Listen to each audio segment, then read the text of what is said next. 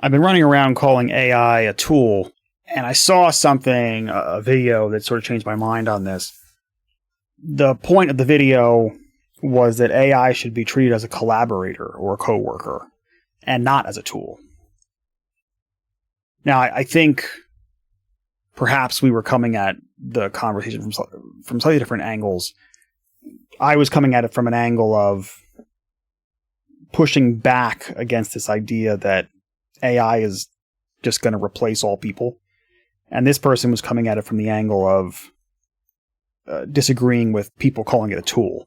So we were kind of on opposite. We were coming from opposite ends of things. But generally speaking, the way that I've been using AI day to day, particularly generative AI, obviously, the way I've been using it day to day definitely is more in line with what you would consider a collaborator or a coworker. A collaborator is probably the better description than it is a tool. So I have to be inclined to agree with him, because this is definitely, I think his terminology is better than mine. I'll try to link to the video. I think I've got it set aside somewhere. On that note, I wanted to use this show as sort of a quasi-practical example of how AI has augmented workflows, and I just kind of wanted to outline what I use AI for as part of the production of this show. So I want to start at the very top by saying I do not use AI for any kind of, like, for scripting, like to write a script for it. I don't use AI, generally speaking, to come up with show topics. Those are from me. So those are things that I do myself. I also edit the show myself. I have seen some really interesting AI audio editors where you can do some really cool stuff. For instance, I think it's Adobe that has one where you can, let's say you're editing and you don't like how something was said and you want to re-say it, instead of patching it and re-recording, which often leads to some really funky stuff, like voice differences and stuff, you can actually type in what you want it to say, and like AI it'll generate a sound that sounds like your voice and the rest of the recording and patch it into that place. So there is some cool stuff there. I haven't used much of those. I played around with one of them for a little while, but I didn't ever use it for this show. I'm still using kind of an old school digital workstation. I do the editing myself, that kind of stuff. So topics, what I say on the show, and the editing is kind of me original stuff. What I do use AI for, I do use AI in here. I use it primarily on this show, at least, to take care of the stuff that I find exhausting to do. You have to know a little bit, I don't know, about me, I suppose, to understand why some of these things would be exhausting. But actually, I use it for a couple things. I use it for things that I find exhausting and that would deflate my ability to continue to create the show on a regular basis. I also use it to do some things that I would never want to do by hand. So if you look on the website or in your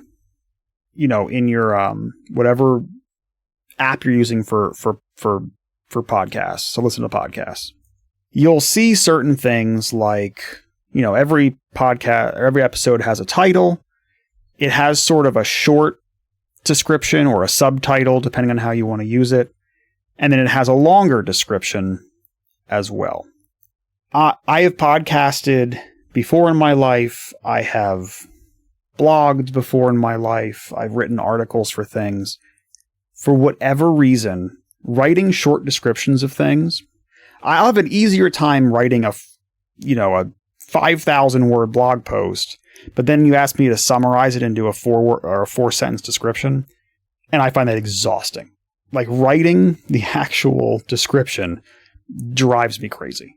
It just, I don't know, something about having to just do that, I don't know. I find it mentally draining. So I do use AI to come up with, the description you see. When you see links attached, I have gone in and put them in myself. But the actual description itself, that's about a paragraph long, is generated by AI, typically. I also give AI a crack at writing the subtitle, or the really short one-sentence description that you see. Like sort of the subtitle of the episode. Sometimes I use what it comes up with. Sometimes I put my own in. It's like 50-50. Again, it's just one of those little tasks that I just find draining. So I use AI there. Those are a couple things that, again, it helps me keep going with the show, knowing I don't have to write short descriptions about it, as silly as that sounds. Again, like no issue coming up with topics, rambling on for 10-15 minutes about those topics, editing, which often takes about double the length of the episode. Whatever the episode takes, it's like twice as long to edit that episode, producing it, putting the website up, all good with all that stuff. Writing a 4-sentence description about it drives me nuts. Or drives me nuts isn't even right, just makes me tired. The way I do that, and this is the other thing the other category of things that I use AI for in this show, things that I wouldn't do myself manually. Once I'm done creating the show, I have a process that I run just on my local computer that listens to the audio and generates a transcript. It actually generates 2 transcripts. It generates one with timestamps and one that's just a big raw blob of text. That transcripting is only okay. It's not great. It misses stuff sometimes. It loses inflections and stuff, and that's fine. But at least it's something. It's an attempt to make it a more accessible thing for listeners. But I wouldn't want to sit down and type that out myself. So AI has been this is the first podcast that I've ever been part of that actually has a transcript. So, and I like that. I think that's a great feature for people. So the way I do this is I finish up editing the episode. I export the thing into an MP3. I run it through a process that generates the transcript from the audio file. Then I take the transcript that was just generated and I drop that into the other AI thing that reads the whole transcript and then generates me about a 4-sentence short description. And then I've got all my stuff to put up on the website. In this case, I am treating AI much more like a tool than like a collaborator, for sure. There are other things that I'm working on, other projects and things where I definitely am more collaborative with AI. In this workflow, it is a straight tool. But it is enabling me. I don't want to say it's enabling me to do stuff I couldn't do. What it's doing is taking the mental overhead away. Where, this is episode, 44, I think, of this show. I don't know if I would have even gotten through 44 of these if I had to write a short description for all of them. I know that sounds dumb. But it's just that mental draining piece. And you don't know, how many pieces of straw you can get on the camel's back before you eventually get that last piece that just breaks it. So as much as I enjoy doing the show and I enjoy recording these episodes, knowing that I then have to, at the end of the whole thing, write a 4 or 5 sentence short description about what I just did, I just find that tiring. And I think it's kind of like when businesses talk about focusing on their core competency or their core product. To me, the core product is this audio file. And I want to focus on that. I want to focus on bringing the best show that I can to anyone who's listening. And I think the number of people who actually sit and read the descriptions are probably pretty low in comparison to the people who listen to the audio. And so it's just not where I want to spend my time and my energy and my effort.